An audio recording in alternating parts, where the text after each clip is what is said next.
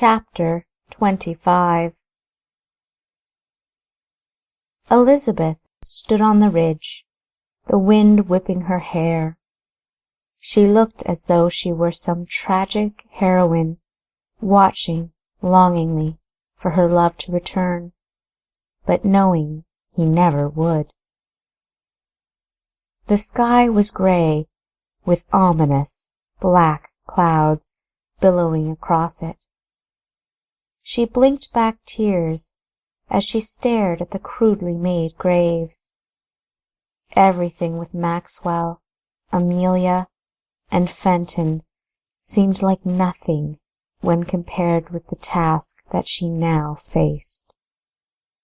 The grave, strewn with large boulders, seemed to pulsate with energy and a desire for vengeance. Falling heavily onto her knees, she flung the rocks wildly aside, digging frantically.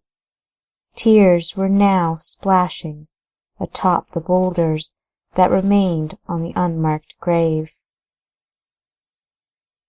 "It was foolish of you to come here, Elizabeth." Elizabeth closed her eyes tightly at the sound of his voice. She did not turn to face him, but instead replied, "It was foolish of you, too." A gun was cocked. "I cannot allow you to uncover that body." Slowly, so as not to arouse suspicion, Elizabeth seized a medium-sized boulder. Then, as quick as a flash, she whipped around and hurled the rock at his head. She'd always had excellent aim, and the rock hit with a decided thud, knocking the victim slightly backward.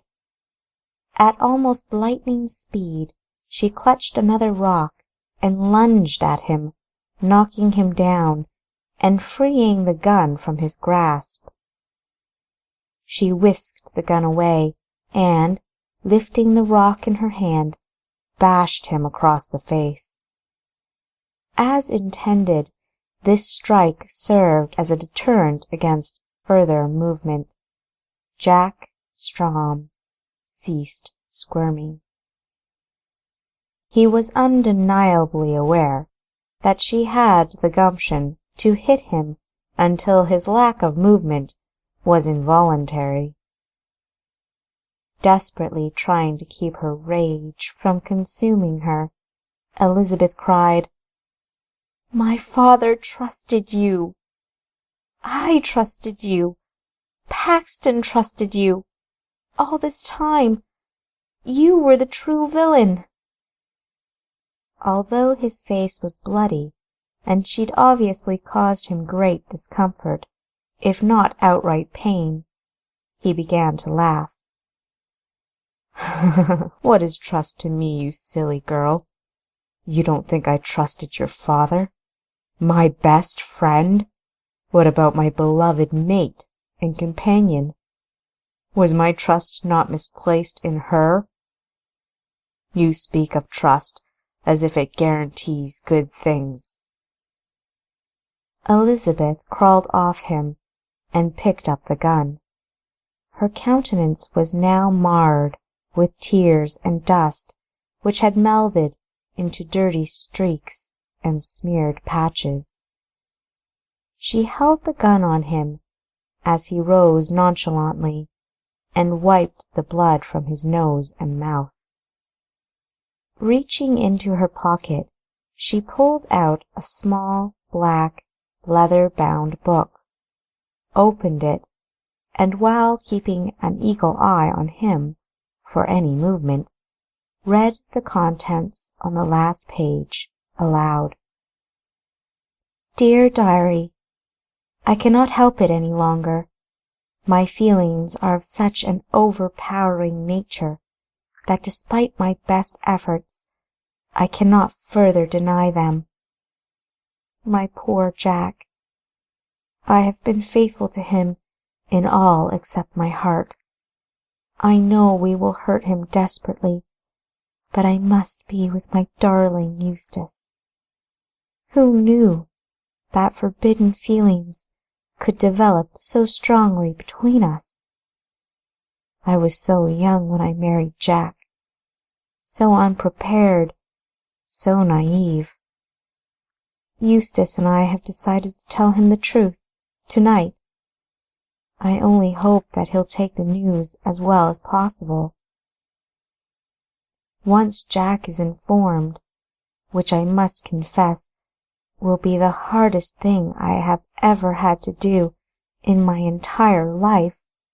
Poor Jack. Eustace will complete the sale of his ranch to that tiresome tyrant Maxwell. He has already begun negotiations. Although he abhors the idea, it would be best to leave this area and start anew. Eustace believes Elizabeth will adjust well to any changes, though I am worried about this. He says she is a good girl and young enough to adapt to anything. I hope I can be the type of mother to her that Eustace wants. I have only seen her once. She is beautiful. From what her father tells me, she is quite an interesting little girl. I look forward to getting to know her, and sincerely hope she welcomes me into the family. But enough of that now. I must prepare for tonight, and the trauma it will bring. Poor Jack. I only hope that he may find someone else, and that she will bring him as much happiness as Eustace has brought me. I will make him his favorite dinner, and then take him to meet Eustace at our secret rendezvous spot. The Lord and Jack forgive me for my weakness. Wilhelmina Strom, soon to be Dalton. Elizabeth's gaze slowly left the page and fell on Jack Strom, who stood there defiantly glowering at her, hatred radiating from his whole being. The whore!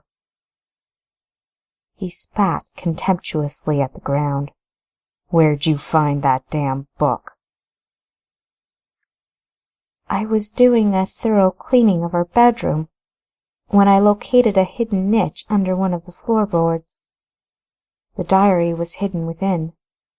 He snarled, How'd you know to come to this place? The whore only mentions a secret rendezvous spot. She didn't say the actual location. I didn't read you the entire book, Jack, though I read it. Your wife used to come here when she was feeling lonely because you were out hunting down criminals, or gambling, or visiting the saloon, or whatever. It was here that she eventually ran into my father, who coincidentally knew this spot too, and would come here to mourn my mother. Wilhelmina knew my father through your friendship with him, as you know, but they had never been alone together. According to the entries in this diary, they had such a wonderful time together, innocently of course, that feelings of a more passionate nature began to develop. Coincidentally, my foot. Your father lusted after my wife, and he followed her here, just like I followed you here, Elizabeth. Her eyebrows rose in surprise. You lust after me, Jack? His visual response was somewhat humorous, as he hadn't realized the implications of his last statement. He rolled his eyes.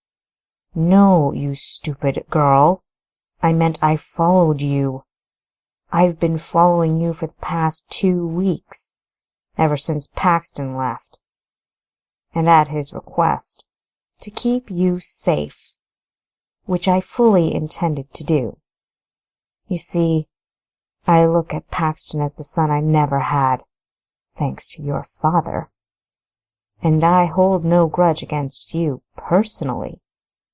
It's not your fault your father was a loathsome backstabbing, wife-stealing. Elizabeth suddenly felt as though the weight of 10,000 bricks had landed on her shoulders, as her mind snapped every puzzle piece into place. She swayed slightly, and her voice was peculiarly thin as she spoke. "I've known since I read the final diary entry that you met my father and your wife here all those years ago, and once you heard of their plans to sell the ranch and elope, you killed them and buried them here, thinking they would never be found. You faked your wife's relocation to New York, and you forged the note to Stanton all those years ago. You—" Her eyes flashed as one more piece of the puzzle snapped into place. Glaring and pointing her index finger at him, she accused, "You opened the jar of cocoa that night after I returned from my father's house. Paxton and I had left the room to talk, and you rummaged around in what I'd brought back." She absent-mindedly clicked her tongue on her teeth and mused, "I remember I noticed some spilled cocoa on the table the following morning. That couldn't have been when Paxton searched it. He didn't open the jar until he received the telegram from his sister, which was later." This point was more for herself, since it wasn't likely Jack would know that Paxton had opened the mason jar. Given that Paxton denied finding anything other than cocoa in the jar before he let Amelia take it. Her gaze rose to meet his, and it was obvious she had concluded her monologue, as her voice contained a firmer resolve as she spoke directly to him. "I'll venture a guess." Something in her tone alerted him that this was not a guess at all, but a statement of fact. "That you opened the jar that night, and if there was something from my father in there, you stole it. You certainly had a big secret to protect, Jack." He smiled cruelly. "Are you just figuring this all out? How cute." He mimicked a girly voice as he recited her father's message to her.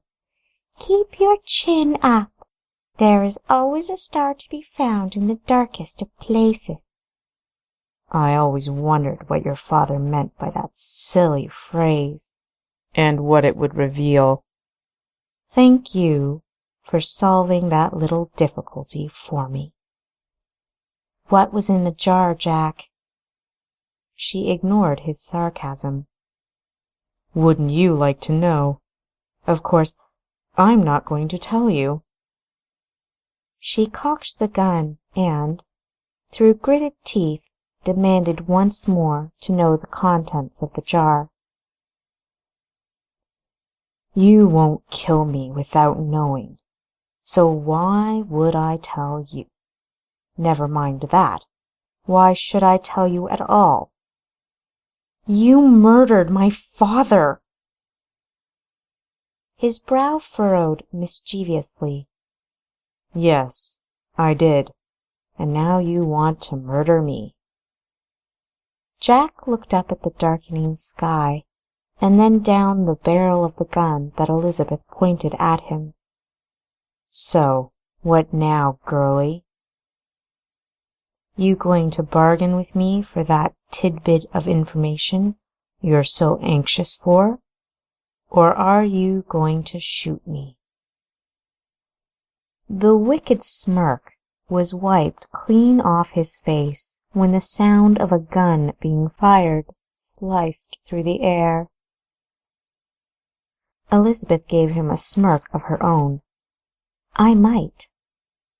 He hollered in pain and gingerly lifted his foot off the ground. The boot still smoking from the impact of the bullet. "You're right, Jack. I won't kill you, but I can make you very, very uncomfortable. Why keep the contents of the jar a mystery? I've already discovered your secret. I know your guilt. There could be nothing in the jar that could ruin you any further." He winced as he put his foot down. Rolling his eyes dramatically at her, he said, "Surely Dalton's daughter is not that slow. Come on, Lizzie. If I give up my last bargaining chip, what will become of me?" "The same thing that's going to happen regardless."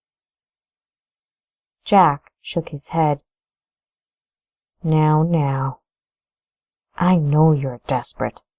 You want what your father left for you in that jar, and you'll never get it if I don't tell you. We're at an impasse because you want to know what I can tell you, and I don't want to tell you what you want to know until I'm hundreds of miles away. You let me go now, Elizabeth, and I'll telegram you the answer." Now it was Elizabeth's turn to laugh, although her laugh was without any type of humor or malice, just pure irritation. "It's equally important to me to see the murderer of my father pay for his crime. I will not let you go unpunished." "Then you'll never know." In 2 strides she was over to him, and right in the middle of his sentence she whacked him in the head with the butt of the gun and knocked him out cold. "I'll take my chances." Signaling to Velvet, Elizabeth once again looked at the graves, and a sense of finality hit her. She'd finally uncovered the truth of what had happened to her father, and she'd bring his killer to justice. Velvet nudged her gently, intuitively aware that her mistress needed comfort. Elizabeth patted the mare's neck distractedly, while she calculated what she'd do next. After locating a length of rope from her saddlebag, and using it and a tree branch to hoist Strom onto her horse, she made sure his bonds were tight, ensuring that they were tight enough to limit his ability to escape should he regain consciousness. Elizabeth peered over the ridge and saw Jack's horse. He'd evidently not wanted her to hear him approach, and had left the animal securely tied to a tree. She took hold of Velvet's reins and descended toward the horse. It wasn't until she reached his horse that she felt faint with emotion. She leaned heavily against Velvet as her whole body shook with adrenaline. Her actions had been dictated entirely by rage and a need for vengeance. She'd been too busy to realize the risks of what she was doing. Tied to her horse was her father's killer, but also a famous bounty hunter, and the man who'd taught Paxton much of what he knew. She'd single-handedly prevailed over Jack Strom, with only a few scratches and maybe a bruise or two. The reality of the danger she'd blindly faced and overcome was now hitting her, and it left her completely exhausted. Maxwell sat on the front porch of the sheriff's office, a fat cigar in one hand and a glass of port in the other. 2 weeks had passed since his escape from the noose, and much had occurred. He'd been removed from office, and a new mayor elected.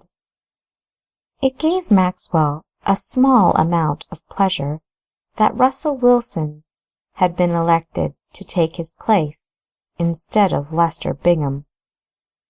The vote wasn't even close.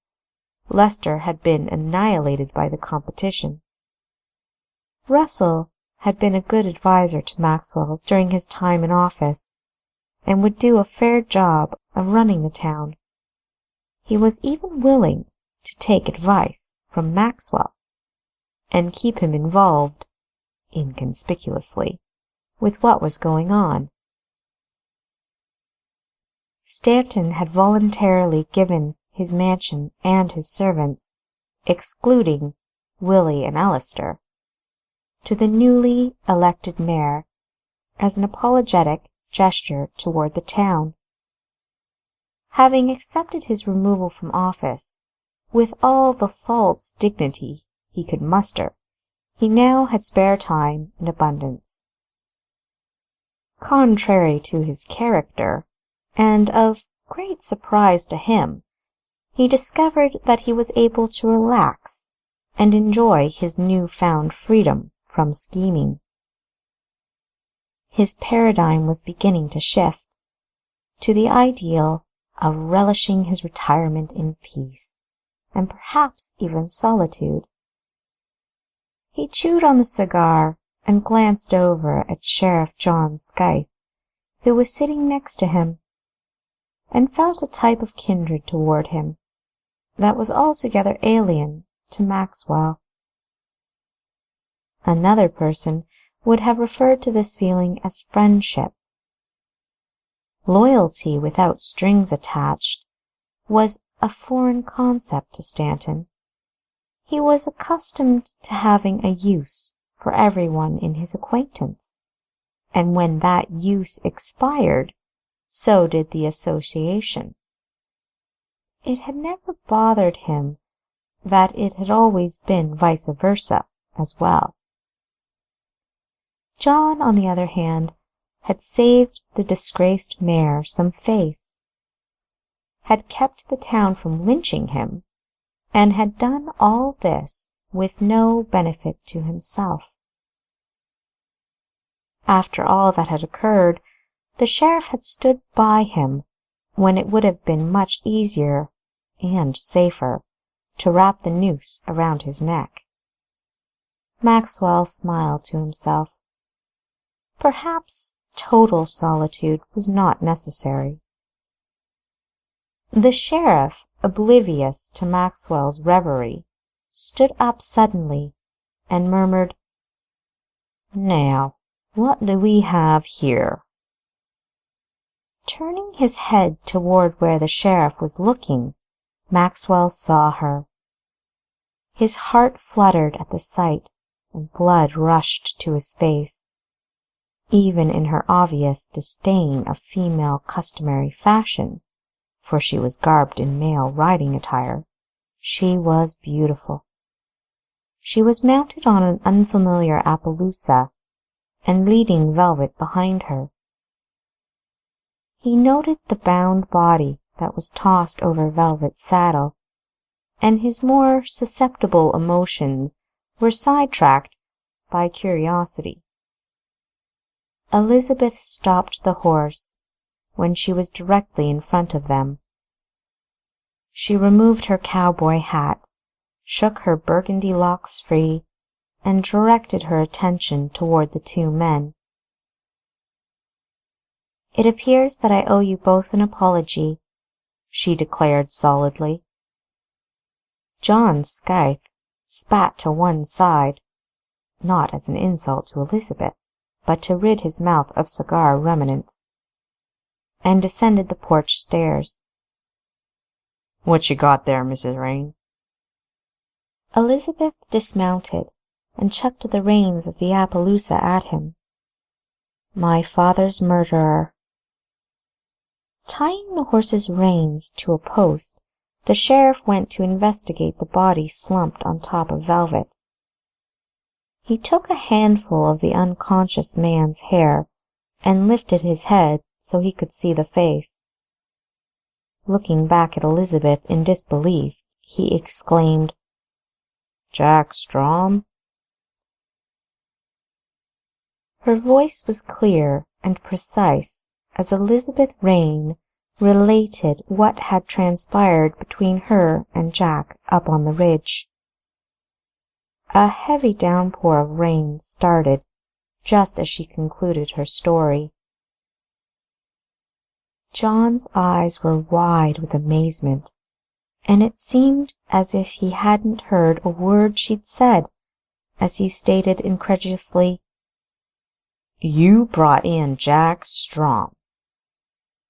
Elizabeth ran a hand through her now dampened hair, and without any apparent difficulty addressed Maxwell Stanton. "You were telling me the truth, as you knew it, all those years ago. You were both kept in the dark about the true events that occurred. Jack Strom killed Eustace Dalton and his own wife, Wilhelmina Strom. He forged the letter you thought was from my father, since you'd already begun negotiations, and because you no doubt knew of my father's intended elopement, you assumed that he'd simply ditched me. You wished to protect me from that knowledge. I guess you understood, perhaps through your own experiences, how devastating abandonment is for an impressionable child. For that part of your dealings with me, I thank you." She turned to the sheriff. "If he should awaken and deny any of what I've told you, I have Wilhelmina Strom's diary as proof. I'm not quite willing to submit it to you yet. I can also take you to the unmarked graves." Scythe smirked. "Wonder what Paxton will think. He won't take too kindly to his benefactor being a murderer." Elizabeth pushed Strom from her horse and ignored the ensuing thump and mud splat that his body triggered as it landed hard against the ground. She went right up to the sheriff and looked him directly in the eye. "That's why I intend to tell him myself when he gets back." Scythe shrugged and called for his deputy to come and help him move Jack's body into a cell. "So be it, Mrs. Reign." With a sad smile, evidently not meant for either the sheriff or Stanton, she turned, mounted her horse, and rode off.